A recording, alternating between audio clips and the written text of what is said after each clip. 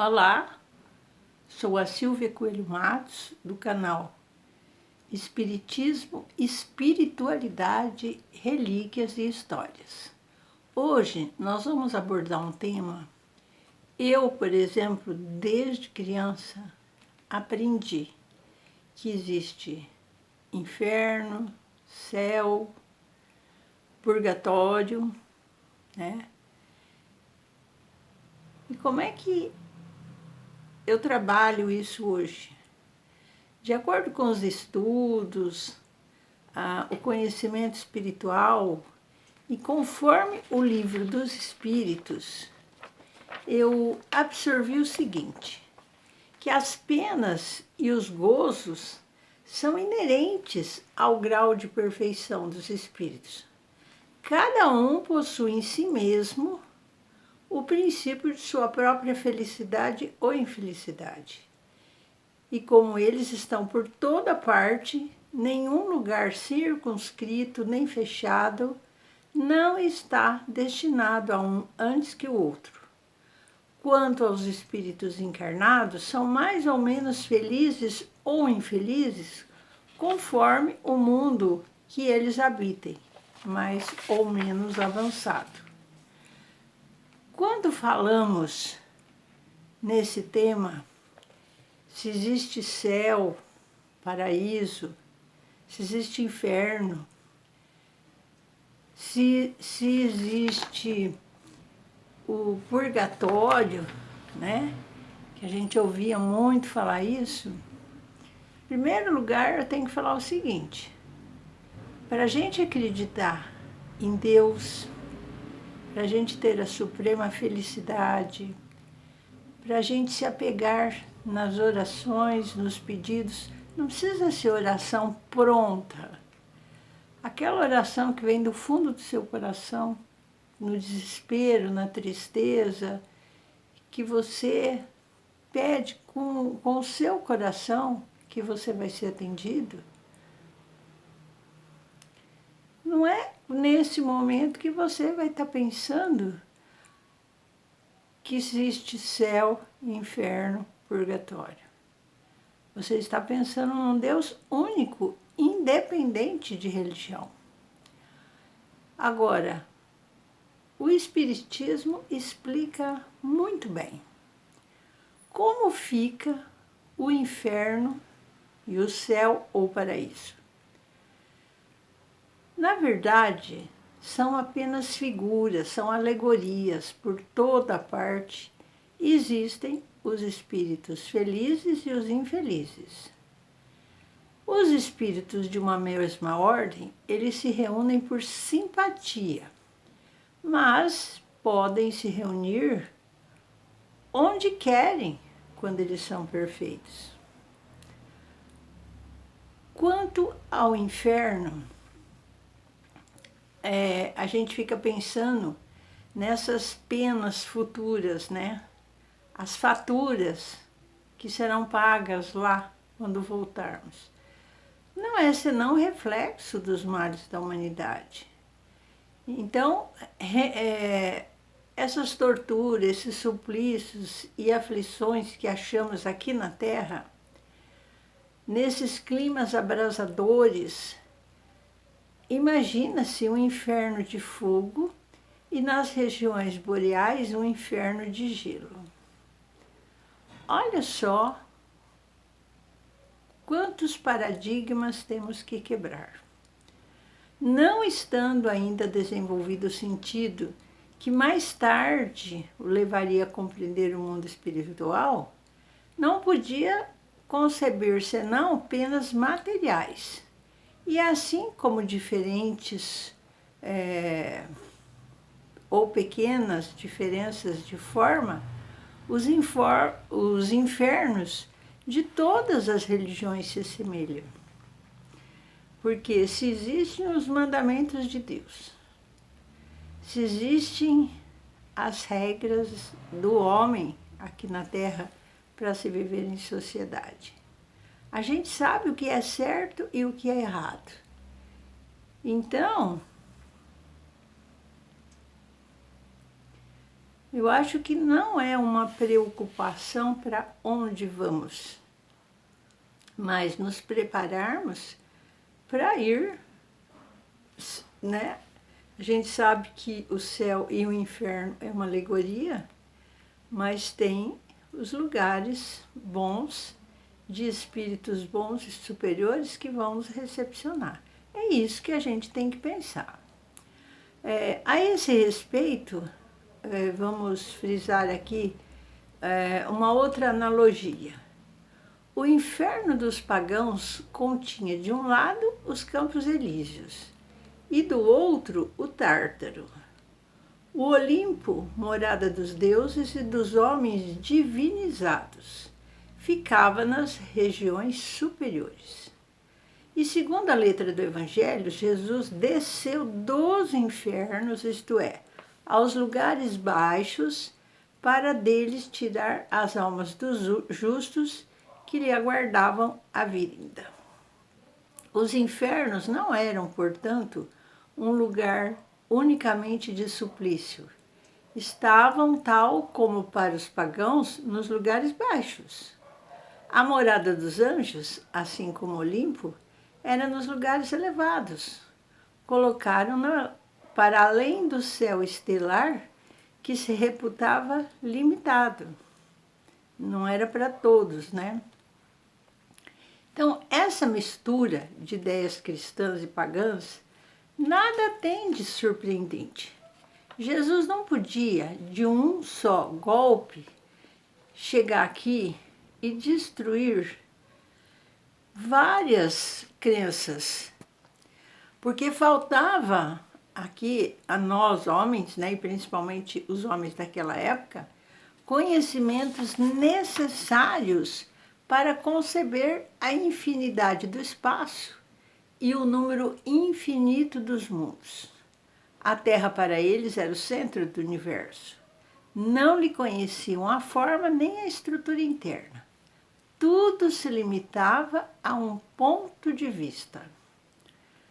Conforme Allan Kardec, ele cita no sermão pregado em Paris em 1861, que Jesus encontrava-se, pois, na impossibilidade de os iniciar no verdadeiro estado das coisas. Mas, por um outro lado, ele não queria, com a sua autoridade, sancionar preconceitos, semear desconfiança, ódio, dúvidas. Então, nesse momento, ele absteve-se de os retificar, deixando ao tempo essa missão, para que a gente fosse entendendo. E isso é até nos dias de hoje. Tem pessoas que estudam, vão evoluindo, já pensam diferente. E tem pessoas que estão pensando lá atrás.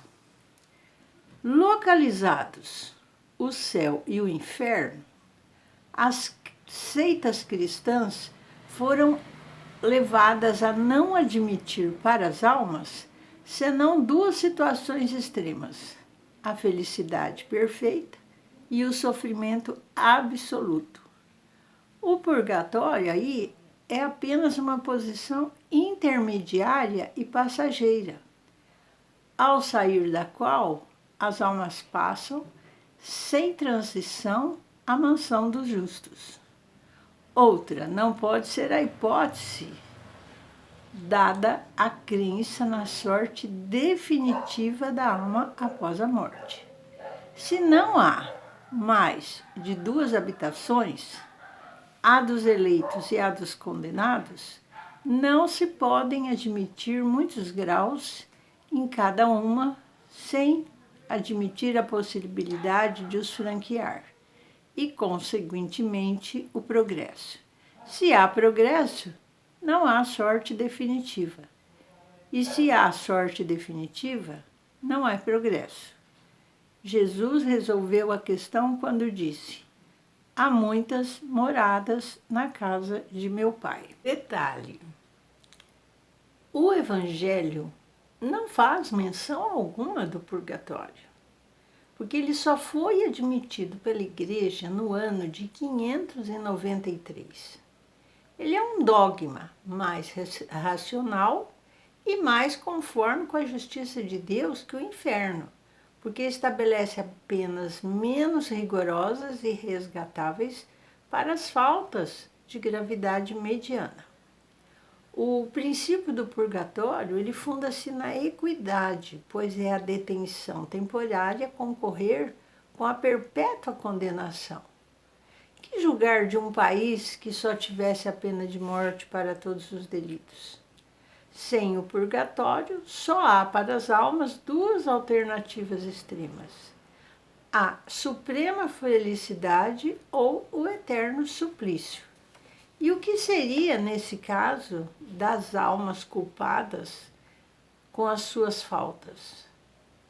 Ou compartilhariam da felicidade dos eleitos, ainda quando imperfeitas, ou sofreriam o castigo dos maiores criminosos, ainda quando não houvessem feito muito mal, o que não seria nem justo e nem racional. Necessariamente, porém, a noção do purgatório deveria ser incompleta, porque apenas conhecendo a penalidade do fogo, fizeram dele uma atenuante do inferno, visto que as almas também ardem aí, embora em fogo mais brando. Sendo dogma das penas eternas que se dizem ou que se mandam, as almas do purgatório não se livram dele por efeito do seu adiantamento, mas em virtude das preces que se dizem ou que se mandam dizer em sua intenção. Bom, pessoal, seja qual for a duração do castigo na vida espiritual ou na Terra, onde quer que se verifique, tem sempre um termo próximo ou remoto. Na realidade, não há para o espírito duas alternativas, né? A saber, que seria a punição temporária e proporcional à culpa e a recompensa graduada segundo o mérito. Bom, então vamos retomar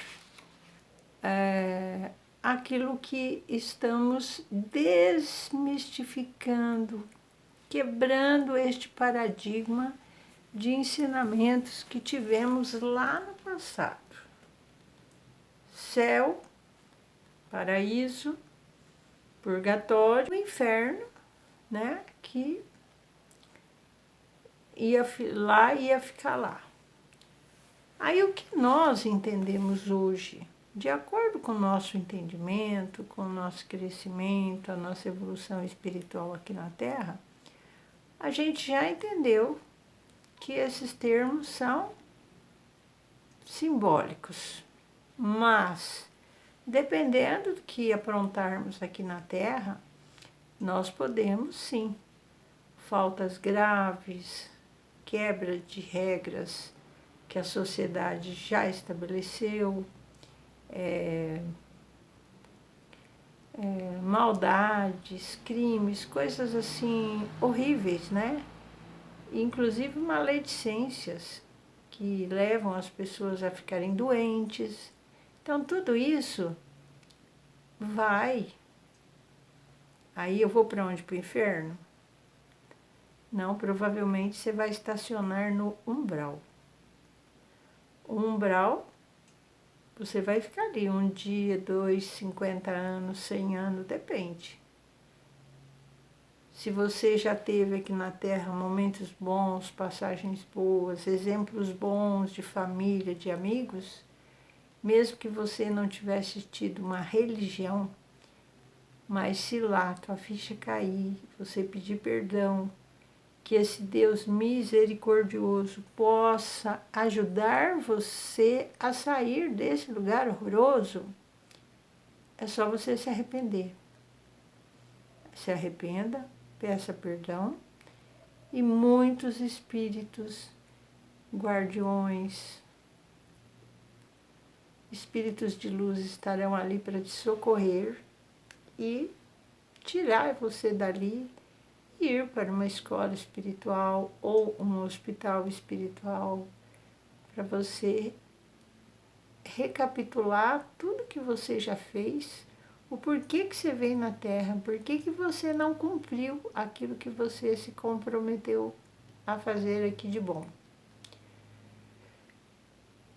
E o céu, meus irmãos, o paraíso, vai depender de nós, né? Mesmo que também seja simbólico, são as inúmeras casas do meu Pai, de várias evoluções, dependendo da minha evolução espiritual. Eu espero que você tenha entendido. Eu sei que é uma lição pesada, mas é uma chacoalhada, porque os tempos estão chegados. Vocês estão vendo as coisas acontecerem. As nossas duplicatas vencem e nós vamos ter que pagar. E o pagamento será através das nossas atitudes aqui na Terra. Que Deus os abençoe, que Deus os proteja. Eu espero que você curta, que você faça a sua inscrição, compartilhe com seus amigos e faça aí novos projetos de vida. Estude, procure saber mais, porque estamos vivendo grandes mudanças na Terra. Se você não percebeu, acorde. Até a próxima e um beijo no seu coração. Até mais.